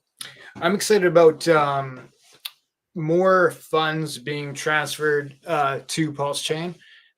Just in the last week here, there's now opportunities to farm Solana on Pulse Chain, right? So people can move their Solana to Pulse Chain and put it into farms or take leverage against it, do all the things they would have done, but for lower fees. So it's like, And I know it's like, it's a different coin, like, oh, it's not a Richard Hart coin and all this stuff. But when people transfer something like Solana to Pulse Chain, it's kind of the same as them transferring USDC or DAI or ETH to Pulse Chain. It's more total value locked on the chain, and people will notice that, right? And if the APRs are good and the fees are low, and we can bring in more crypto bros from other chains to bring their favorite token to our chain to participate with, which of course means it's likely going to be moving through PulseX and buying and burning and doing all the things we want it to do, and that they're likely getting yield of some type on Fux or 2Fux in this case. And what are they going to do with that yield? Well, they might turn around and spend it on Richard Hart tickers. So like these kind of new things where we're bringing in people from other chains, and we have things to talk about. We have things that are exciting. We have new meme coins. We have new new farms on various protocols, and then we have the blue chip like Richard Hart tokens and PulseX farms and things like that too. Like, yeah, those Solana bros, they might be happy with something that's not a rug 98% of the time. Who knows? They might like not getting rugged every second token they invest in, and Pulse Chain's a good place for them to learn that. Yeah, that's so cool. And that's going on now. Yeah. So just like very recently, the famous protocol, which is the fork of GMX, they introduced Solana as one of the options people could take leverage against. And then the Fux protocol, which is the fork of Balancer, you now have farms where Solana bridged over Solana is one of the things that you can farm paired with Pulse. So like 80% Solana, 20% Pulse, because you can have different ratios there. And you can bring that in. And of course, you have to have some Pulse to participate, and you have to have some Pulse to make the transactions work, but then you're farming with those tokens, right? So you're bringing your Solana over, and you can do the same thing with wrap Bitcoin. I don't mean the copied wrap Bitcoin. I mean bridged over wrap Bitcoin. And the same with wrapped ETH bridged over from the Ethereum chain to the Pulse chain. Those can all be farmed with on the Pulse chain. So people are sending their funds from other chains, just like it was stable coins, and they're now locked inside the Pulse chain. And they can, of course, be bridged back out. But right now they're here, and people are earning on the Pulse chain with them, and investing and degenning and taking leverage and doing all these different things. And some of these things are risky. Like I'm not pushing the leverage at all. But I am interested in the farming, and I'm very happy to see those on the Pulse chain. It's a huge sign of maturity. And it's a huge sign of what's to come, because okay, well, now you can get wrapped Bitcoin, you can get wrapped ETH, and you can get Solana. Well, what's next? Well, could there be Matic like Polygon? Could there be AVAX? Like all these things could be here, right? And the Richard Hart bridge is set up in such a way that any coin that's on Ethereum could be brought over to the Pulse chain and back again, right? And it's $0 to bring it to the Pulse chain, and it's 0.3% to bring it back to Ethereum. So you could have like Pepe from Ethereum, like whatever meme coin you want on Ethereum could be brought to Pulse chain and paired with something in a farm. If there was financial energy, if there's whales behind it who are interested in it, all these things are totally possible, and we already have the infrastructure to do it, right? Like we have our Uniswap forks, we have so we have PulseX, like Uniswap, PancakeSwap fork that has farms that could have things like that if somebody wanted to push that narrative. And we have our Balancer forks that has these things already. And so to bring over, $10 million of whatever Aave from Ethereum to the Pulse chain is doable, right? And if you wanted to make a farm pairing it with Hex, you could, right? Like that, the technology is here. So seeing it start with Solana, and that people are, whales from other chains are following that trail to the Pulse chain, like that's very positive. So there's currently there's hundreds of thousands of dollars of Solana on the Pulse chain. So to me, that's exciting. I know it's not billions of dollars, but it's like it could be one day, and that day could be soon. That's awesome. Yeah, that's really exciting to hear that there's new stuff that is useful and well thought out and can bring in new whales. Yep. And then we have people building all over too, right? Like there's tons of new projects still coming. There's things that have failed, but there's more things that have succeeded and are persisting on the Pulse chain. So, it's encouraging to see these new people come on. And some of them are meme communities, and you have to be, nervous with memes, of course, but some of them aren't. Some of them are more copies of the same things that are on Ethereum, but they're on the Pulse chain for lower prices, right? Lower prices and lower fees to participate with them. And a lot of them are, like I said before, like they're looking at Hex as part of their protocols. Like they're providing more farming opportunities for Hex or other Richard Heart tokens, right? Just because those are the blue chips of the chain. And of course, we have to be careful. We want to vet things. We want to read the audits and and personally verify the founders as much as we can. We had the Pulse Latina scam thing. We want to avoid that sort of thing. But I think overall there's I think the scam to successful protocol ratio on the Pulse chain is probably thousands of % higher than Solana. So pretty happy with that overall. Yeah, I stopped doing Twitter Spaces with Mario Nafwal's team because I tried out one of the coins that they were talking about, and it rugged twice. Double Twice. rug. Okay, double rug. Nice. Yeah. And it wasn't. Did it rug and then reload and rug again, or yeah. How did they do the double rug? Correct. Yeah, it was a reloading rug, and it's not like the reload scam. Yeah. It's not like the kind of rug that people falsely accuse of people, where like the liquidity is lowered and then the price is higher every moment after that, versus in this case the liquidity was removed and the price went down 99.9% and stayed there. So that's what I call it. So in this case, what I'm talking about is a token that went to zero, in that the price was rugged, not just the liquidity, but the price was rugged.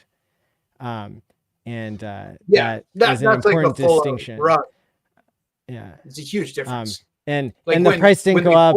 The price didn't go up 10,000x first for anybody who wanted it, and the founder wasn't doing spaces or doing YouTube streams with famous Bitcoiners, trying to get you to buy it for 1 Satoshi or sub Satoshi, and nobody wanted it, but there were already 5,000 people that were into it. Of course, I'm describing Hex there and making a contrast between something that can go down 99% because it went up 10,000x and anybody could have gotten that, versus something that starts off with only insiders being able to buy, and then it goes up 10,000x, and then but for the average person who heard about it, they it was just down forever. And there are a lot of things on Solana that rug within minutes of being created. Lots, like millions of dollars a day going into things that are rugging for sure. Within the first 24 hours. And it's rugging like the price. Just the regular there is for it to be a rug. That's the standard. For something not to be a rug is the exception. Yeah. And so in Pulse Chain, of course, you still have high volatility that you would expect in crypto.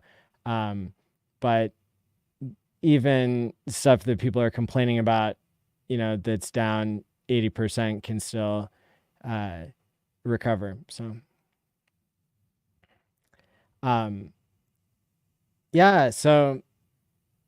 So Fast Abdul, are you creating any kind of competition for other gangs that yeah, for sure, man. I think that haven't been acting right? The Camel Clan is going to take over the ecosystem on the Pulse chain. We're going to do so in a decentralized manner by distributing free tokens to people participating in liquidity farming. And then on top of that, we're going to have Hump Day NFTs. That's Wednesday, where there's free NFTs for people who are participating in the ecosystem. And I have some well-known Hexkins who are working on Camel Clan NFTs right now. You'll be pleased when you hear. And they're awesome, like awesome NFTs that'll be given away for free, and that'll be a regular occurrence. We're working with Pulse Market, which is kind of the big NFT marketplace on the Pulse chain right now, the most successful one by far. So they're helping us get together with NFT. What creators. Did you call that one? NFT on Pulse? Pulse Market. So Pulse. NFT on Pulse closing down. That they were they're still there, but they've posted that like end of August or something they're done. So Pulse Market is the main NFT marketplace. What's the website? I'll verify that. Okay. One moment, please. But yeah, because there's like 3 or 4 NFT marketplaces that I've come across on Pulse Chain that are hard to keep track of, but the more the merrier. Especially if, this one is it's run by. Yeah. Here it is. It's run by the Hocus Pocus guys. They've been around for a long time. I know the founder personally, and they're not going anywhere. So they're good solid team, and they're helping us get the NFT thing on the go. And of course, we have contacts with 9inch. They're helping us launch the meme coins using their meme coin launcher, and those will be distributed for free on top of Liquidity. Yeah, they're fun. Like Hexy Bastard is like, he's a meme guy, and that's okay. That's his job, right? Like, I'm not really a meme guy. I'm a DeFi guy. I'm working with complicated protocols, but like, we can't ignore the economic energy that comes in these memes. So we're making basically the Tang Gang, but for Chads. Okay, so it's like, it's for people who want to not get rugged, and they want solid products, and they want a good atmosphere where we can all participate together and support each other. Any protocol that wants to come in and participate with us, we'll talk to them about that. I think that's sportsmanship and cooperation is what the Pulse chain needs. Cool. Yeah, sportsmanship. So, do you guys have a policy on like online bullying or like creating negativity? Like, is that something you support or something?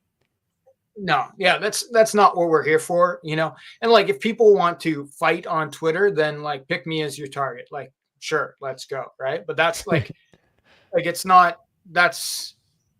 That's not what it's about, right? Like, and I know sometimes it's fun to have that interaction where people are fighting on Twitter, but like, there's a line, right? And like, there's a line that as a man you have to draw, where you're not threatening people's families. You're not like any of that like bullshit stuff that I've seen. You're not threatening to, send people things in the mail that are inappropriate. Like that kind of thing is not a place that we would ever go, right? And we won't support that. We'll absolutely ban anybody who's participating in those kind of activities. But like, yeah, we can have fun on Twitter. That's fine. But like, it has to have the overall spirit that, this is for fun, right? Like, we're here, we're backing some financial products, but this Camel Clan part, this is for fun. This is to have something to talk about, to make it be interesting. It's not to pump and dump each other. It's not to scam each other. It's to just to bring people together and to bring protocols together to participate. And it is working. We have multiple protocols who are working together to participate with these liquidity pools. I have several new liquidity pools launching with other teams participating so that they can be involved in the Camel Clan promotion, right? So we have things like the 2 Solid pool that has the Fire token, the Solid X token, Nope, and Axis, along with 2FUCK. So that's one of the pools that's going to be getting the free airdrop of the Camel Clan tokens. Except for it's not an airdrop, it's actually liquidity, a bonus yield token that they'll be earning, right? And there'll be more than one. There'll be multiple things launched. Initially, we'll probably launch some or oversee the launching of some tokens, but in the long term, the community will likely participate and provide most of the tokens themselves. And we'll just we'll be setting some rules. We're trying to make sure people have locked liquidity, that there's basically a no rug. I can't guarantee it, but that's the theme we're going for. Is nothing's a rug, but we don't guarantee the financial success of anything. This is just for fun. Yeah, right on. Well, yeah, I didn't remember that you were doing that when I asked you to be on the show for the 3rd week in a row now.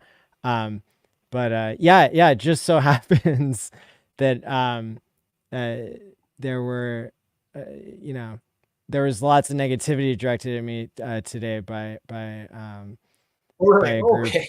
Oh, by I'm a sorry. group that you know, it will now be blocked and has been blocked. So yeah, you know, I'm here to spread positivity, and if you're here to do that too, then I think that's great. Yeah, that's where we're at. And it's not like, you know, we're calling ourselves the Camel Clan. It's because it sounds kind of militant and fun, but like it's really more about the fun, right? Like we're going to be pushing community engagement, right? We're going to be on Twitter, we're going to be on Telegram, we're going to bring people together, and Cool. anybody can change. Like we're happy to participate with communities that might shun us initially if they come around and they want to be part of the, you know, pulse chain teamwork scenario that is the Camel Clan. We are Yeah. we're here for that. Very cool. Thanks, man. Yeah. Yeah, so you know, the thing I mentioned earlier in the program about Ben Sierra posting about Hex, I guess he had like several really high value posts that he made this week. Ben Sierra has come on the show before.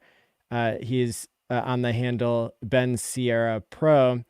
Early Hexican has a Hex badge on Twitter, and just, I mean, he does tons of analytics stuff. Sometimes the overlaps with some of the stuff that ChrispyMan has done, and some of the stuff is novel, I believe. Is that right, ChrispyMan? Like, can you give a little bit of an introduction or background on Ben's work? Yeah, sure. I mean, make sure I've got this right. Yeah, he's done quite a bit. Right, he's got. At one point, he had a system up and running called X Space. Hex, HEX space.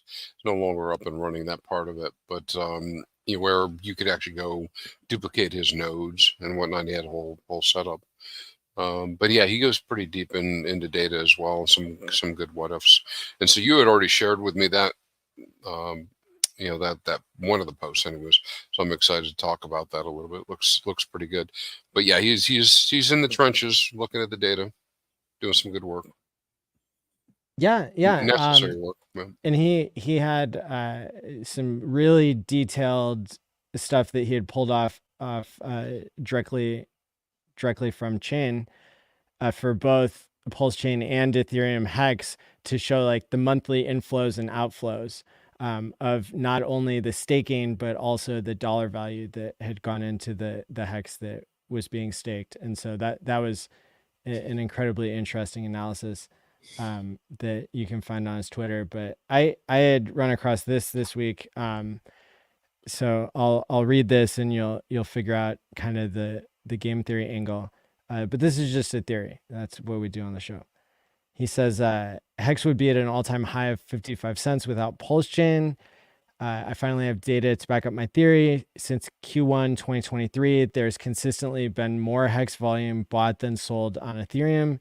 This is based on-chain data from Uniswap v3, USDC, and ETH pools, and the V2 version 2 USDC pool of Hex. So why did the price go down? It began with the Pulse Chain launch. Hex from Ethereum, known as eHex, was bridged over to Pulse Chain and paired with Hex from Pulse Chain, known as pHex. This pHex was paired with PLS, which was heavily paired with PLSX. This setup was intended for the RH tickers to move together, but it also caused the original Hex to not move according to its own demand. Pulse Chain and PulseX sacrificers were mostly new crypto users who quote unquote bought at the peak of the 2021 bull market. When they received their coins at the beginning of the bull market in 2023, they took the opportunity to exit, affecting the original Hex price. I want to like qualify that with the idea that typically in a liquidity pool, there's only 5% there compared to the total supply. And that number varies widely depending on which token you're talking about. But so it doesn't have to be that it was you know, the most, even it doesn't even have to be that it was more than 50% of the you know, the people who got Pulse and PulseX that you know, that were new to crypto and wanting to sell. But even if you had, you know, typically some fractional amount of people selling, then that's how you get, the dips that we've seen, that, any crypto goes through, including Bitcoin and Ethereum. So then the next part says, the data I'm presenting suggests that Hex would have performed better without the Pulse chain liquidity bonding due to the consistent net buy volume on Ethereum. If you followed the golden cross on Bitcoin, Ethereum, and Hex in early 2023, you would reach the same conclusion. Hex was in the perfect spot until it was disrupted by the liquidity bonding on Pulse chain. Through liquidity bonding with another token, you can increase the supply of your token. I call this concept liquidity supply inflation. When you pair token X with token Y, you artificially inflate the supply of Y by the circulating supply of X. This is because selling token X drags down the price of token Y through Hart's law. Could Pulse Chain have launched without pairing Hex from Ethereum? Yes. Would Pulse Chain have been less popular if the original Hex had pumped while Pulse Chain struggled to attract users? Maybe. Was Pulse Chain, after all, necessary? I think so, because we need a decentralized L1 chain if Ethereum moves towards more centralization. I will gather more evidence by trying to obtain all the data from PulseX pools to verify the buy and sell volumes there. But for now, the data suggests that my theory is correct. Let's hope this selling is over. Yeah, so Ben isn't the first one to point out that that the airdrop for Pulse and PulseX was based on prices that were much higher for Hex when people had sacrificed, and so it makes sense that some of that economic value would have been transferred to sacrificers in a way where they were in much greater profit when you had a 3.5x pump on day one in Pulse Chain, which is, I mean, the whole thing is playing out very similar to day one of Hex, when people bought for a third of a penny and then it dropped to 0.00005. However, this is 100,000 participants or so compared to Hex 5,000. So you're saying actually what Ben's saying is, if people didn't sell, the price wouldn't have gone down. Stands to reason. Crazy. I wish I'd known that earlier. Tongue in cheek. I like the analysis he's going through and doing it. I don't know that because we say we state A, that B would have happened. Like so, if Pulse Chain didn't launch, let's just say, does that mean people wouldn't have sold Hex ever? No. So I don't. But I get the idea. Magnitude of the selling is that the price could have stayed up closer to 50 cents, right? But even before we had launched, we were down to 10, 12, right? 3. Yeah. It's difficult to be able to separate these things. I think that the main data point that he started with was that there was more bought than sold of Hex on Ethereum for a long time before Pulse Chain launched. Now, a lot of people were doing that because they wanted their free copy. So that I haven't looked at the numbers either, with the go details. I am curious what he'll come up with looking at it further. But I know a lot of people that are buying or have been buying more. Yeah. So it, from a unit basis point of view, picking up the units of the EHEX pretty steadily. It's interesting stuff. I mean, the game theory of how everything is playing out, I think, is on track. I don't think that there's been huge things that have gone wrong from the from maybe a founder's perspective or something. Although to have a real market, you need kind of you need to basically have people stick around for a long time to do well. And so, I think that I certainly didn't predict that a Pulse Chain would do less than a 10x out the gate. But then again, I wasn't taking into account the whale bonus that was a 2.5x. And when you multiply that by the 3.5x that it did go up from the starting point, it did do a 10x. So it did do a 10x for some people. And I think that if anything, maybe I underestimated the impact of the good deal whales we're getting. And so, yeah, so that's kind of my reflection on like where some of the game theory was predicted correctly and incorrectly. Yeah, I'm not even sure I would commit to saying that people's opinions were correct or incorrect. Well, certainly we know by definition, right? Scenarios like 100x, 1000x did not happen. Not yet. Right. Well, anytime everybody thinks the same thing's going to happen, they're probably wrong, right? Like I remember the general trend was like, yeah, like there's going to be this, right out the gate, there's going to be 100x and so on and so forth. And that was like the common knowledge about like the future. Yeah, it was, wasn't it? Yeah. Yeah, 100x day one and all this stuff, right? Like, but whenever you have the entire group pushing together, all believing the exact same thing is going to happen, then it's probably not going to happen. But I think we're now where we are now, and so the chances of us moving up from our current position, I feel like they're much higher. It's not group consensus that the pulse chain is going to 100x, right? It would be a surprise for a lot of people, which I think to me means it's more likely to happen than if everybody believed it was going to happen.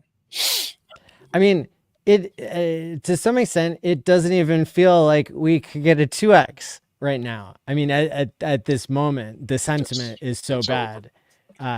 Yeah, the sentiment is very low. It does feel that way, doesn't it? Is that it would be really easy to get a 2x. Like as far as the amount of financial energy that's required, it would not be a lot by current crypto standards, right?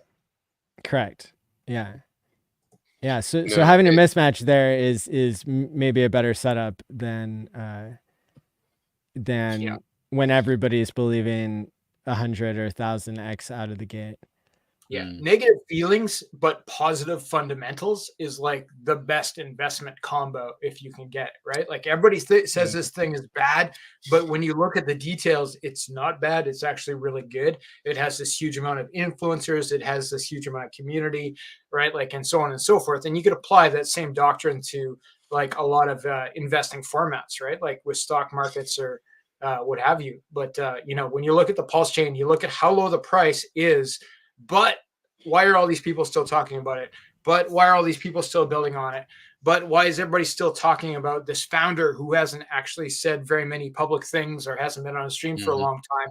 Why is that? And if you looked at the details, you start to find answers. And those answers would probably lead you to be bullish, to find out things like, oh, it's because there's this SEC case, so he probably can't do YouTube streams. But like when that's done, what's going to happen, right? Like, I think the future is not impossible to predict.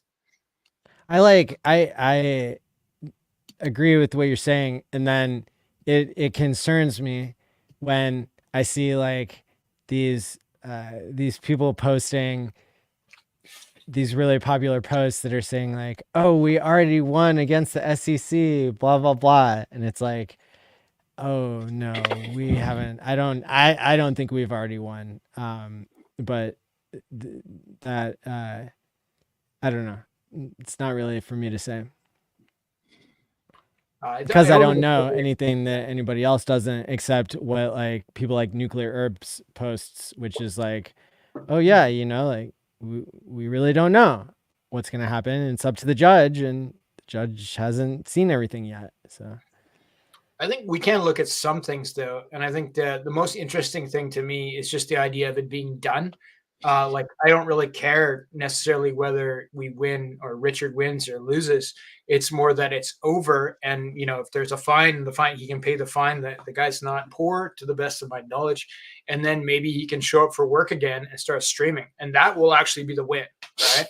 is having him on the stream with us, right? He can have my place. It's okay. It's very generous of you. Yeah, I mean, yeah, there's a lot of time left in the bull market. We got another year and a half. So yeah, there's could be longer, could be shorter. but this time isn't different, right? So true, probably not. We'll see. Yeah, absolutely, it's different.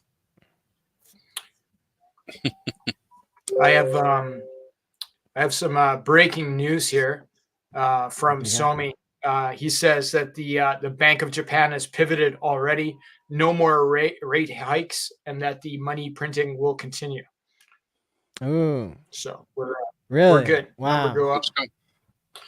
Yeah. So it was like one weekend of FUD, and then we keep. So going. now something else bad is gonna have to happen before the U.S. Turns on their money printer, right? It's all pre-planned. Yeah. I don't know. Did they announce buybacks today? Yeah, but yes, I believe so.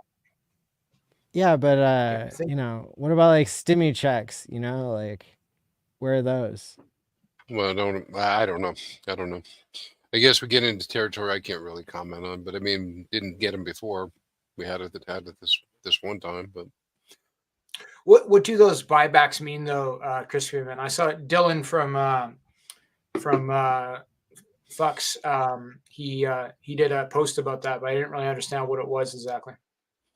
Yeah, I'm probably not the expert, but yeah, I know I'm not the expert on this. So you got to get one of the guys who can really discuss it. But just select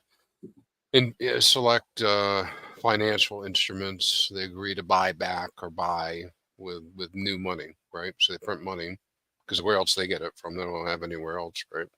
They print new money, and so then there's a cascading effect through those assets and or companies, right? Because now they have their value has gone up because the demand drove that buyback up or kept it stable, and then the theory is right that kind of like makes its way through the entire ecosystem.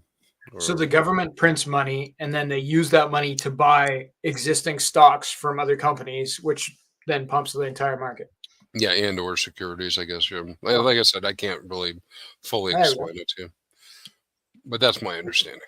$50 billion. Okay. I'd say that's risk on time to me. Yeah, it feels that way. Well, yeah. I mean, these are small numbers. Yeah, these are small numbers. 5 billion, 8 billion, or 31 billion. If somebody is smarter than me and wants to like understand the world financial system, there's an account on Twitter that is way above my pay grade, and I used to give them like $50 a year or something because I was subscribing to them on Substack or somewhere. But this is like the best financial writer of our time. And this is somebody like a amazing like quant, like open source person who has like basically created these like incredible charts that explain the banking system. Let me see if I can find one. Pepe, that explains it. No. Oh, I saw a geese or a goose. Yeah, let me find one. That looked like a Canadian goose to me, man. I don't know. There's a lot of those around. They don't taste good though. Don't eat them. They're stringy. That's what they said in Hawaii. Don't catch the feral chickens. Not much meat on them. Oh yeah, skinny ones. Eh? This like explains in great detail like how the financial system actually works. Like there's these like holding companies, and there's these like overnight repos, and there's these swaps that happen sometimes, and then there's reverse overnight repos, and then there's like just all these like things that are really hard for me to understand, but I've read some of these articles and they're like the best you can find. So so this is like an article on how the reverse repo endgame could play out. Yeah, I'll drop this in the chat in case anybody's interested in further reading. I don't know. In my experience, when you see flowcharts like that are hard to understand, you're probably not supposed to understand. I think that's how they make their money, is making it so only a couple guys get it. Have I got a flowchart for you? Let's go. Yeah, I bet you got a couple. But yeah, all this overnight lending and stuff, and then they have like emergency facilities that were set up and like they were never shut down, that like, you know, basically they've engineered a way to do QE without doing it the way they used to.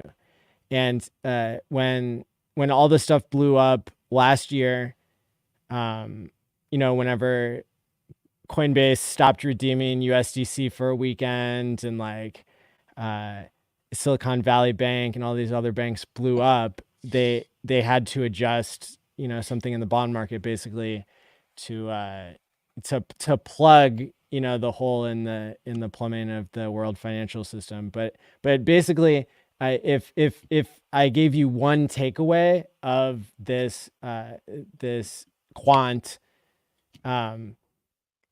is that anybody who's telling you that like the dollar is doomed and like hasn't become more instrumental in the entire global economy, they don't understand the system.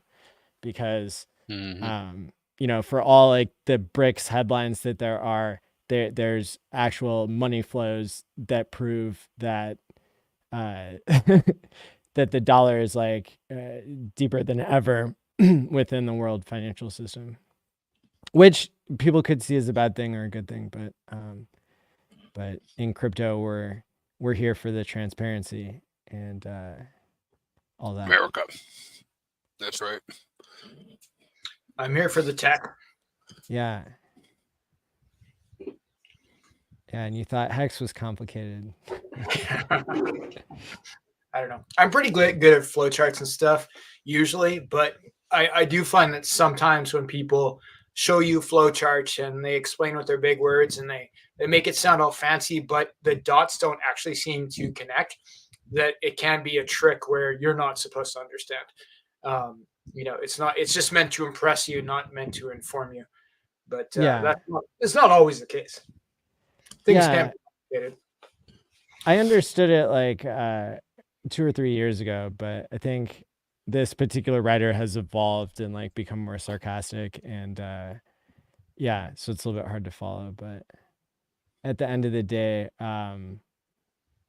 yeah, the bottom line is like this time's not different, and you know, if there's some sort of crash, you might expect the money printer to turn on even harder. So keep that in mind whenever somebody's telling you like, you know, all, you know, the money printer's on or it's off. That's not really how it works. They're plugging specific holes in the system, and different solutions and different problems create different outcomes for crypto.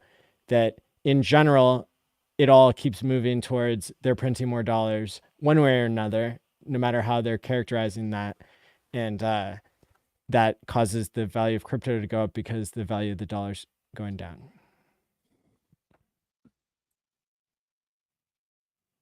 So thumbnail, buy crypto, you know? Steakhouse. There you go.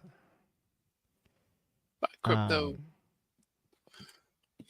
And then I don't know if you guys have any other like main topics for tonight, but I did want to like address the Karim thing again at the end of the show for the people who maybe didn't watch from the beginning. That Karim, a longtime member of the Hex community, one of the most charismatic people to talk about Hex passionately and religiously. He was a member of this show doing 3 to 6 hour episodes every week for about a year. And he has found some misfortune and got thrown in jail in the Caribbean, which is a terrible place to be. And so we're doing basically a situation where people can loan him money or donate, and we'll have the number of what amount of money he needs on Thursday. And so I'll cover that on the show on Thursday night. And basically we want to avoid a situation where he gets unfairly locked up for 12 years. Yeah, it sounds kind of harsh for having some ammunition in your luggage. Like, there's no doubt the kid made a mistake, right? Like, it wasn't a good move to not check your luggage for something like that. But it's not like he packed an AK-47. It was just like a box of shells or a couple shells or something like that. Probably something that happens every day in a lot of places in the world. That in that country had a possible 12-year sentence. Like, that's, it's over the top, right? They're looking for. It almost seems like a scam. Yeah. It almost seems like a hostage situation. Like, they're looking for. They're looking to get their pound of flesh. I don't know, guys. I mean, they have laws and rules in place, Fair enough, but the punishment has to be proportionate to the crime to some extent, right? 12 years for a box of shells doesn't seem proportionate to me. Yeah, and the point of the matter is that people have donated and loaned money, and that is incredible and shows the strength of our community. And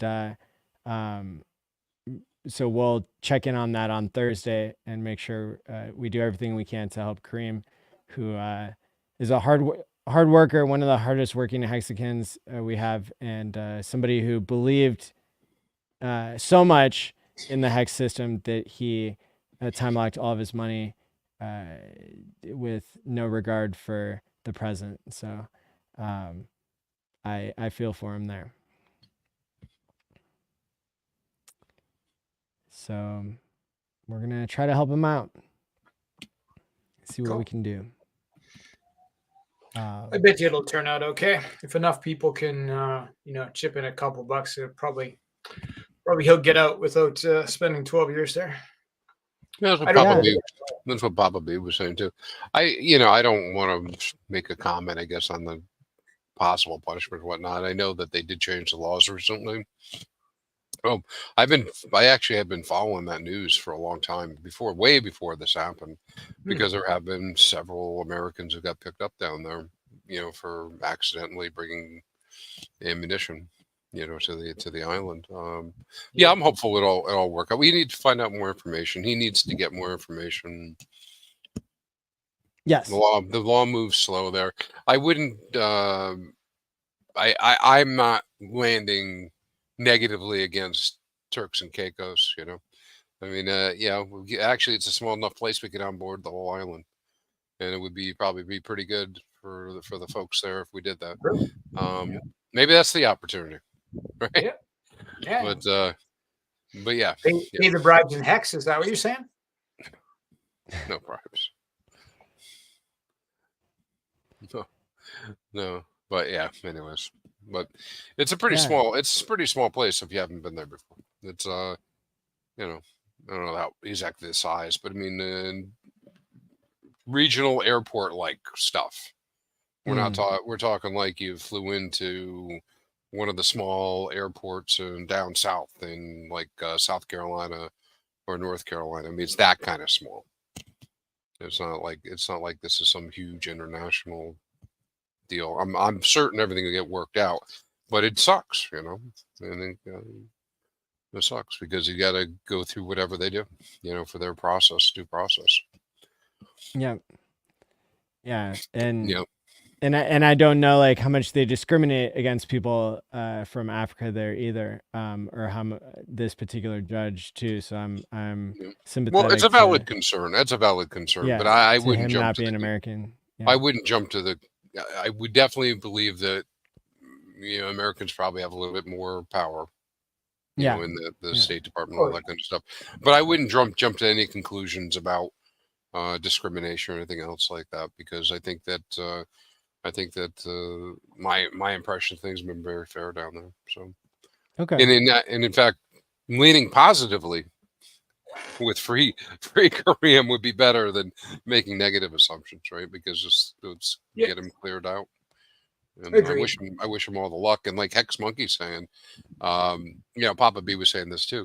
A few people, if a lot of people got together and did 10, 20 bucks, that'd be plenty, Like you said, Maddie, we don't even know what the bail will be, but the bail, maybe it's going to be 15 grand, maybe he's going to do bail's bondsman. I don't know. I don't know. I don't know what he really needs, and Yoon is heading it up, and I hear you're jumping in, and through this, right? And then Hex Monkey is bringing up the light, so we'll hear more. Yeah. We'll find out from the judge on Thursday what the bail is, and be able to take it from there. And so at the end of the day, I'm glad to see that not everybody in the community is negative towards somebody who's given so much. They shouldn't be, man. I mean, listen, I'd be the first one to talk about,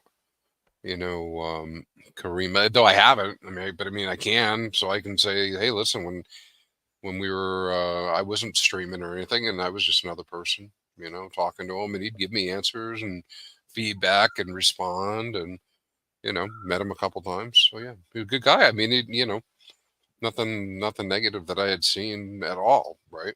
And certainly not worth putting up with the hate from people. But this is the internet, and so people act, right? So yeah. Well, we're we can do better than the haters do, and so shout out to everybody who's staying positive and 100%. We are better than that. Let's just act that way, right? Yeah, this is a community, right? It's one of the strongest communities in crypto, period. So like something little like this is kind of proof of concept that there is community here. Yeah, I dig it. So now, can you guys tell people where to find you? Come check me out at Xfire.io or on the YouTube Xfire.io. Best place for me is via the website. So that's #2phux.io. So 2fucks.io. And then from there, there's links to Telegram and to Twitter and all that stuff. Watch out for scammers. As we go higher, the scammers will come in stronger. So follow the links from the website and you'll be good. Right on. You can find all my stuff at MATI all in on Twitter. And all my links is mati.pls.fyi. So there we go. Let me get the thumbnail. I didn't know I was supposed to bring my sword. What happened? I wish I had a sword. This is my bear sword. There you go. Don't be messing around with those bears, man. Yeah. I also got my bear spray. Is also something I carry around. Bear spray, very good, man. Probably better than the sword. That'll get people buying. Great. So until next time, stick wisely, my friends, and peace out.